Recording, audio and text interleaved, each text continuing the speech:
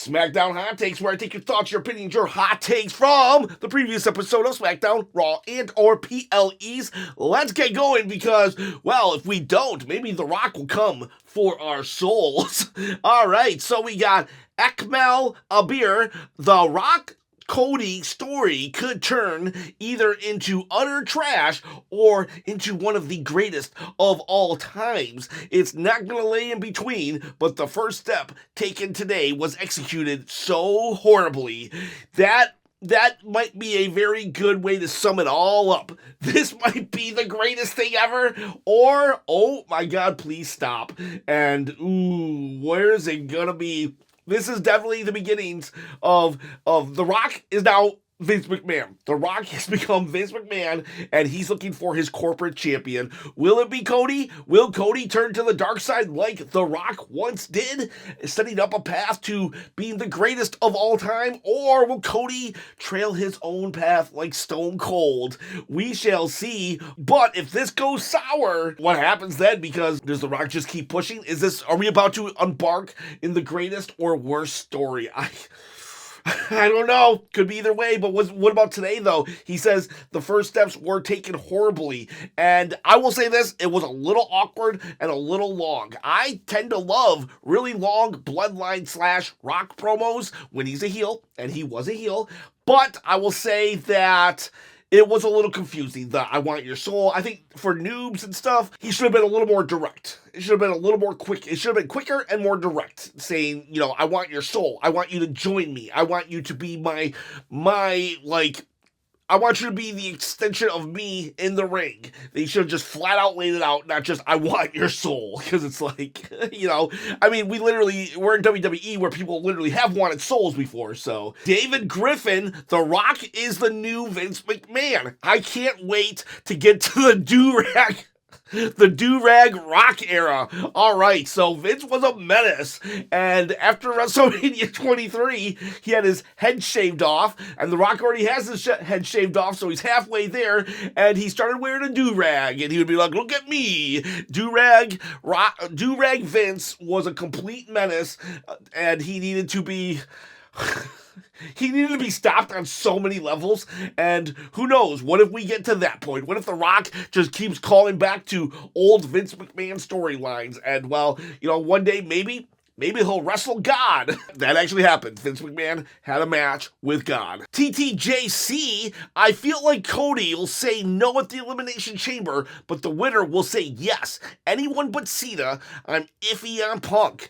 They'll feud till Mania where Cody loses, but at the next Mania, he gives in. Ooh, that's some long-term booking, TTJC. I'm thinking kind of the same. I did an Elimination Chamber video already, and now I'm probably going to hit the throw away 90% of the footage based on this storyline tonight. But yeah, I think that's what happens. We have Cody remaining good, but slowly through the year, he will turn heel. And, you know, that will be reminiscent of The Rock and Stone Cold Steve Austin and Vince McMahon, WrestleMania 17, where we have Stone Cold in the main event actually turning heel, joining with the person that he had feuded with forever, and Cody's feuding with The Rock forever. Right now, he says no. Next year, maybe. Rose Gold J, other than The Rock, this SmackDown was below mid. It's really just the same thing every week, just switching it a little. Yeah,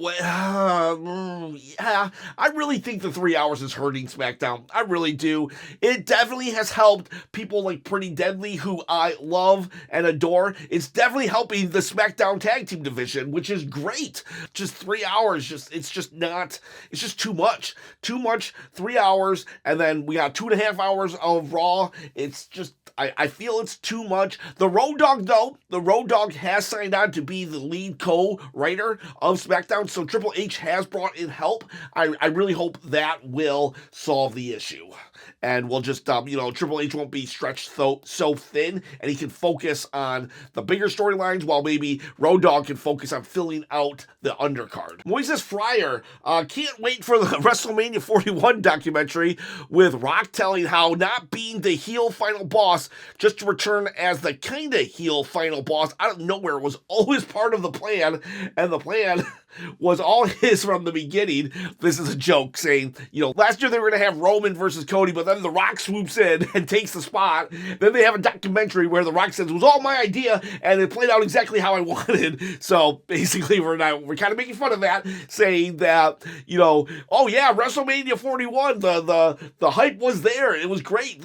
I swooped in because it was all part of day one planning, even though none of us believe that. I think The Rock just suddenly said, I can be there. I'm going to do it. Why not? What the heck? Najib, he smells what The Rock is cooking. So there are people who are excited, though. Don't let all the negativity get you. There are people who are excited. And I'm going to tell you this, I'm more excited than I'm not. I am definitely more excited than I'm not. I feel it was a little strange of a promo, but ultimately, we did get Heel Rock, the final boss, and this is the beginning of the storyline. I am definitely willing to be patient here. I think that this could be awesome and excellent. I was there back in the day when Vince and The Rock started feuding, and I thought to myself, why is The Rock feuding with Vince? What is going on here? But then it picked up. It got amazing. It's the greatest storyline of all time. So,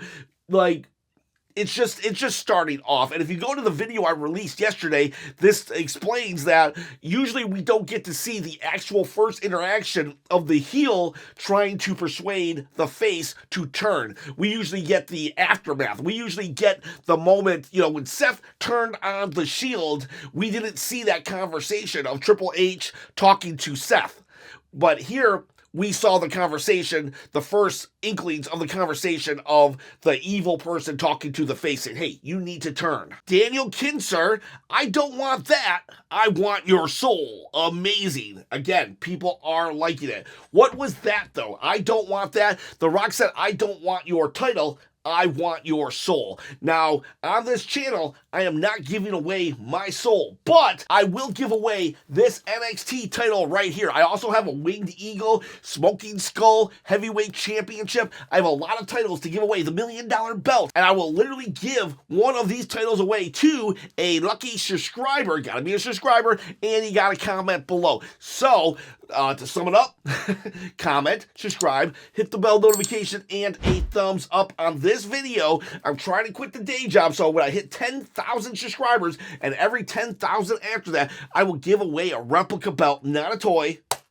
So please, please, please comment and subscribe so you can win this belt. I'll ship it anywhere in the world. So if you're in India, you have a shot at this. If you're in Toledo, Ohio, you've got a shot at this. So comment below. Raphael and Air, we got Miz and Mello could be a fun tag team, but Truth and LA Knight is money.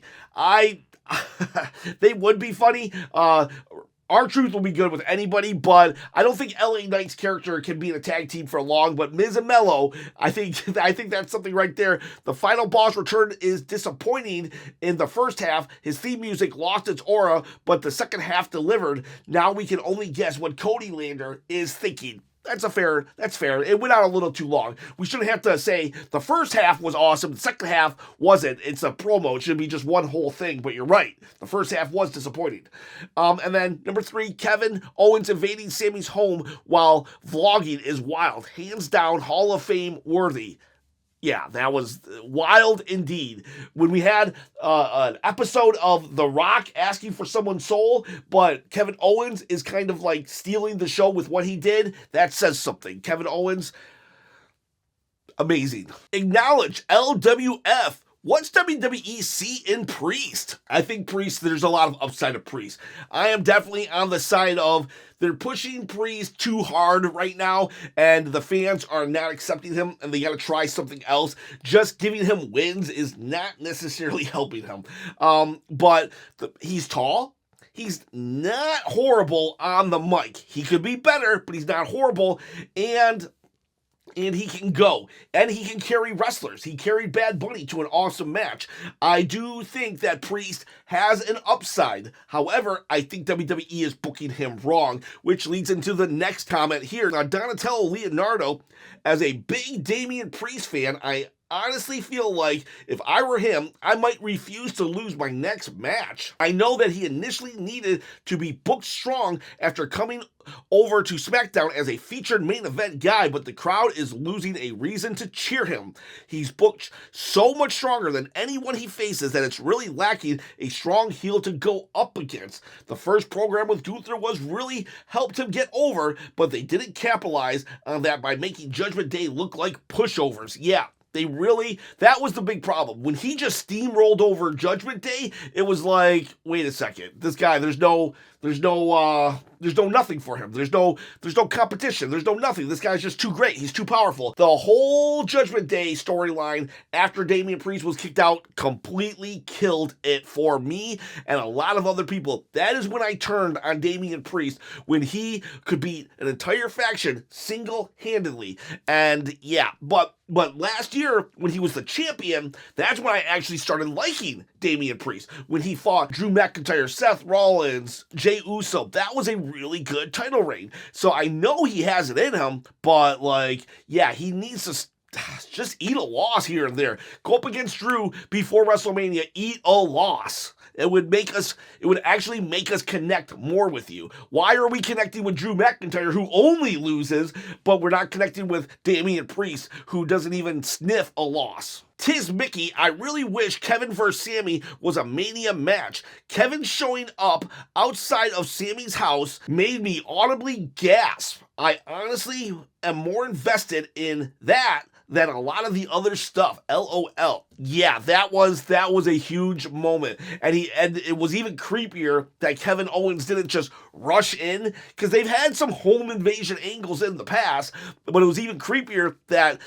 Kevin, he just did a promo, showed them, and then kind of just said, peace out. Could you imagine? Because he didn't enter, that means that at any moment, Kevin could just be outside. He doesn't need to enter. He could just be watching you. That's creepy, creepy stuff. I'm pretty sure I gasped too. I was like, whoa, okay, what is going on here? Kevin, you are crossing some lines, and I agree. I wish this was a Mania match. I think they're saving KO for Randy Orton, but I think this would be a better WrestleMania match. Jamie K, I'm sorry, but I don't find R-Truth that funny anymore. Holy crap, that's probably the hottest of the hot takes. You cannot speak ill of R-Truth, sir. The acting confused thing is a bit played out for me. I was always more of a Santino guy. Well, I love Santino. On the Mount Rushmore of comedy in wrestling, Santino's there, but so is R-Truth. I get why you're a little, I get it, what you're saying, and it's okay to have this opinion. However, I will say this with R-Truth. R-Truth was I was kind of the same way, actually. There was a long stretch where I was kind of just over R-Truth. But then, once he started with the Judgment Day, honestly, he got over, it was like he did it long enough that I got tired of him, but then he kept doing it, and I got back on board. And ever since I got back on board, I've just been totally all in. He is just cracking me up and doing new things. A lot of these things that he did tonight, where suddenly he's just pinning Carmelo Hayes, but there's no one on top of him. He's acting like the ref. Never seen that before. When he's like, oh, I got a Louisiana star, to come to be my tag team partner, and then it's LA Knight, Louisiana, LA being the acronym of the state. What else did he do? He did something. Oh, he got on the other side. He tagged. I think he tagged the Miz in when he's fighting the Miz, and he gets at the rings. He gets in the opposite tag team ring. That was just, I don't know. I loved it. I loved it, Jamie K. I did get a little bored of his 24/7 stuff, but other people loved his 24/7 stuff. So stick with it. Maybe you'll come around. I did. I got tired of R-Truth, but then I came around again. I go in cycles of really loving R-Truth. So hopefully you do as well, because that dude don't age. That R-Truth probably has a good 40 to 50 more years in him. KB, I'm kind of liking Mellow Don't Miss. Mellow Don't Miss. God bless The Miz. That dude can make... That dude, he just goes all in. He goes all in. Those two are funny together. And I love how the Miz music played, but Mello just like comes out, looks past him, and he still does all his poses. Mello don't Miz.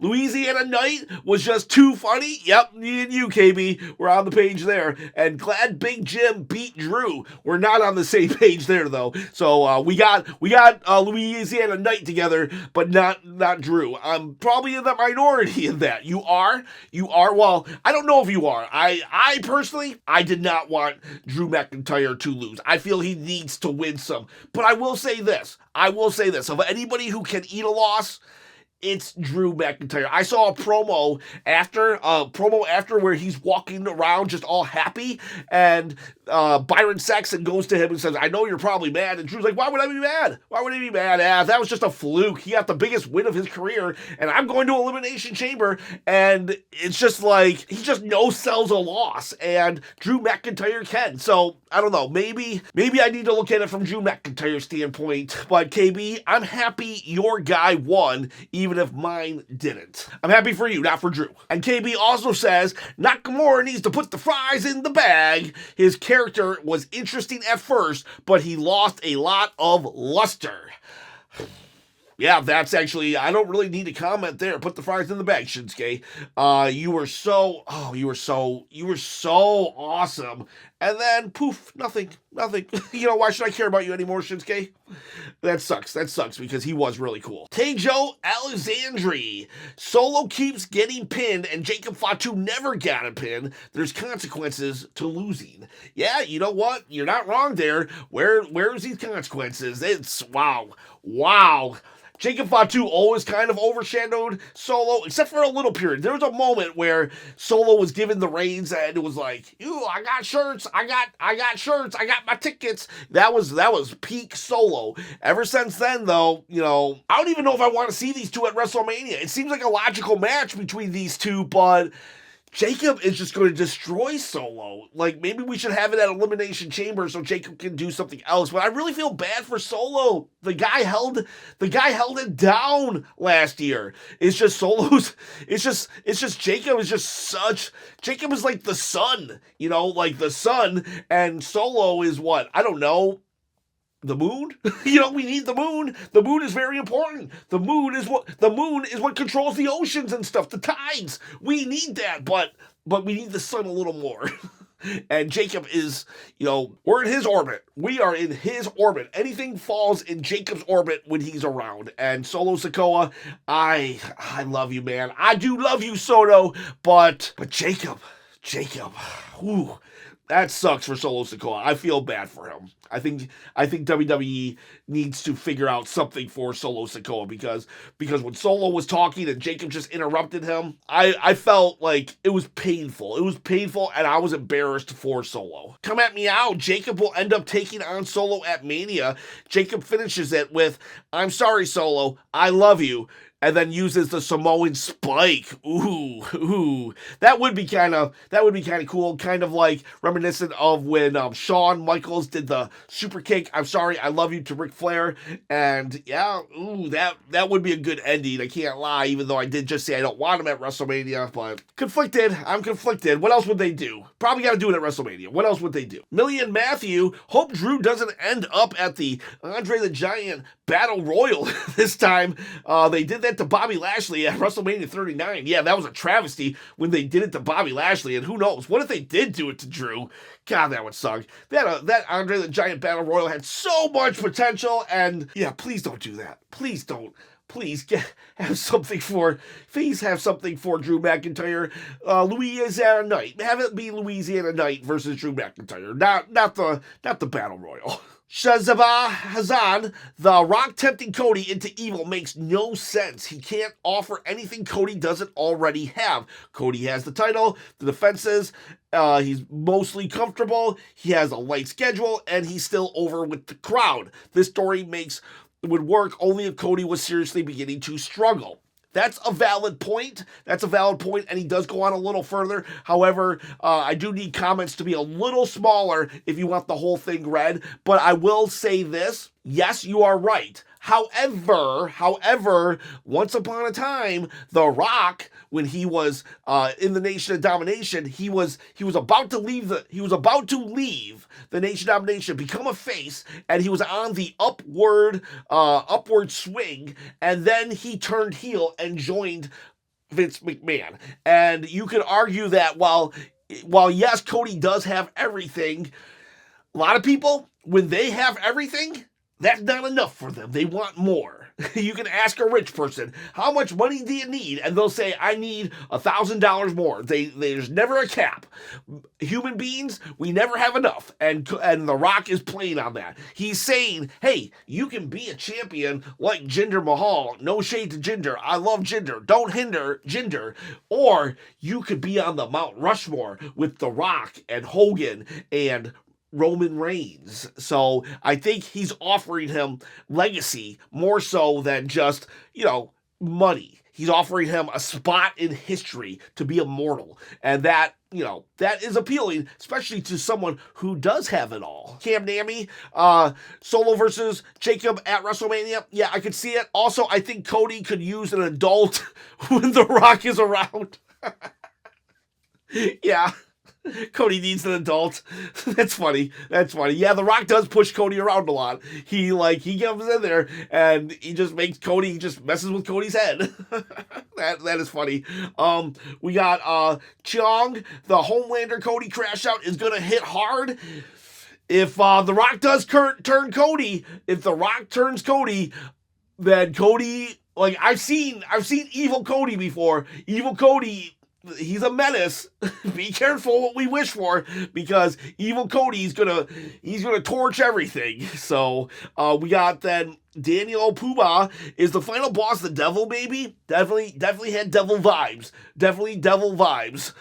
Just trying to tempt him. And as much as I hate to say it, I think the final boss is probably the best tweener we'll get. He's a tweener with the crowd, that's kind of for sure. He'll one moment he'll be cool with them, and the next moment he's telling them to shut up. So fair statement, I guess. Fair statement. But honestly, I think Braun Breaker is a little more of a tweener. But they have nothing to do with each other. Demon King, my hot take is Stone Cold is 100% better than The Rock, so keep my Smoking Skull belt safe. That is a belt that I'm giving away. I don't agree with you. I've always been the Rock fan more than a Stone Cold fan, but Stone Cold had his moments though. He definitely had his moments when him and Bret Hart, that feud. Whew. Mixtape TV, Nakamura needs to lose the title. I can't remember when he even defended it last. I think his last defense was LA Knight, and he's still in this feud with LA Knight apparently. Triple H yet again with the phenomenal booking of LA Knight. Yeah. Okay. And then we got, why is he in a tag team with R-Truth? I don't understand. He's the most over person on SmackDown right now, behind the legendary Tonga Loa, and he's barely used. I think they don't know what to do with LA Knight. I think LA Knight rose to prominent at a very awkward time, and that sucks. I wish they'd do more. I wish they would do more. You know what would be good, actually? If Cody actually said, no, I'm going to stay face, and The Rock went to LA Knight, said, I see a lot of myself in you, and LA Knight became The Rock's corporate champion. That, actually, I like that a lot. Rose Gold J, man, we need Vince back in control. Crying face emojis. No, we don't. I cannot stress this enough. We can't just look back. Vince McMahon, he was a genius. He was an absolute genius up until, 2005? 2008 even, I'll say. But honestly, I would say probably more like 2002, 2003. I loved Vince McMahon, but we cannot forget 2012 to 2021. There was a lot of bad things that were happening. I know maybe you're a little disillusioned by Triple H right now, but Vince is not the answer. I'm not here saying that he hasn't done great things, but I am here saying that the last couple years of Vince were more horrible than not. He still had some good ideas. We got the bloodline because of Vince. Vince was at the helm. I don't know who was the actual person who created the bloodline, but he was there at the helm. So I'm not saying that even Vince had no ideas. I'm just saying we don't want that. I just heard a report that Vince McMahon literally wanted Ronda Rousey to eliminate every competitor in the last Royal Rumble that she was in. He wanted Ronda Rousey to eliminate 29 people. No, thank you. Please, Rose Gold J, you are entitled to your opinion, but I do not share your opinion. I do not want Vince at all back in charge. Sorry, I didn't mean to go off like that, but holy cow. Dog food Roman Reigns. I still have PTSD because of that. Christian Jasso. I need a Jimmy Uso US title at Mania. I don't get why Jimmy won, but I'm not mad. But only because I want to see Jimmy rise to with his brother. Still wasn't the best decision at all, putting my bias aside. I like that you did that. You love Jimmy Uso. You're glad he won, but storyline-wise, you're a little confused because Drew seems to be the right winner. But you know what? U.S. title run would be kind of cool, especially if Jay wins the world title, Jimmy wins the U.S. title at Mania. That would be a good, PR moment, and a great family moment as well. Christian Jasso, why'd Solo lose his returning match? You could still have a heavy miscommunication during the match, but Solo and Jacob needed to look strong. Yeah, I mean, at the very least, they could have kept Tama Tonga in there and just replaced him with somebody. Just because Cody was taken out of the main event doesn't mean that Tama Tonga needed to be either. We could have just replaced him. So Tama should have taken the pin while there was a miscommunication. Not Solo returning after being the dominant heel last year. We're just going to throw that all away? We don't need to throw away Solo's entire last year just to get Jacob over. Candy Marmain, I must say Triple H saw no one is hyped about WrestleMania 41, so he thought bringing The Rock to do a promo would save WrestleMania 41. Hashtag trash. Honestly, I have no idea if Triple H called Rock and said, hey, Rock, I need you, or if The Rock was just like, hey, Triple H, I'm coming. I can see either happening, but Triple H, actually I can't. I don't see Triple H calling The Rock. This was The Rock. Suddenly, he had a 2-week window, and he just came. He's like, I'm coming. Forget it. Whatever. There is no hype. The ticket sales aren't there. I'm not saying I wasn't hyped about WrestleMania, but I will say I'm a little hyped more. So, I'm a Rock fan, guys and girls. So, if you, Final Boss fan. If, I've got to tell you, I'm going to be loving on the Final Boss if this goes in a positive way. But I hope you know me well enough to know that if the storyline starts to drag and starts to get bad, I'm gonna jump off board, and I'll be just as critical. I'm not here to be critical for critical sake, but you know that even my favorite characters, I can see it from a perspective of they're not doing that person justice. Remember Gunther? I loved Gunther until that feud with Damian Priest. I'm back on the Gunther train, but I'm willing to be critical. Right now, I think we need to hold off a little bit and see where this goes. We can wait till Elimination Chamber before our next real judgment of this storyline. Nobody 47, The Rock and Cody Rhodes are going to be called a tag team called Rocky Roads. How's that for hot? Actually cold. Ice cream is cold, but Rocky Roads. Let's do it. Rocky Roads. Jay Levi now. The titles mean so little. The Rock has to go after immortal souls. That's actually funny. I actually just did a video last week about the title situation being very lackluster, and so The Rock's like, I don't want your title. I need souls now. We're going after souls because the titles are just booked so poorly. That's actually very funny. And I like the idea of Rock becoming the new Vince. It's interesting because if you think about Cody as currently as the People's Champion, WrestleMania proved it last year. Yeah, I like the idea too. And let me tell you something. When Stone Cold won the title, the main event scene wasn't really good. Triple H hadn't become the game yet. Undertaker was there, but we were entering into a reality era, and the Undertaker was a spooky character. The Stone Cold did not have a very good prospect of challengers, and because of Vince McMahon as his true heel opponent, Vince was able to rise up so many people into the main event scene because of that. And what has Cody been struggling with? Good, credible opponents. So this could be exactly what the doctor ordered. The Rock as the final boss, while he just throws mini bosses and raises people up at Cody Rhodes. So there are your hot takes for February 21st. I appreciate every single one of you. Please comment below if we missed any hot takes. Nobody commented on Tiffany Stratton and Charlotte Flair, so maybe if you have nothing to comment on that. Boys, girls, what about the Street Profits returning too? Change it up. Get some more comments, hot takes in the comments below, and have yourselves a great day.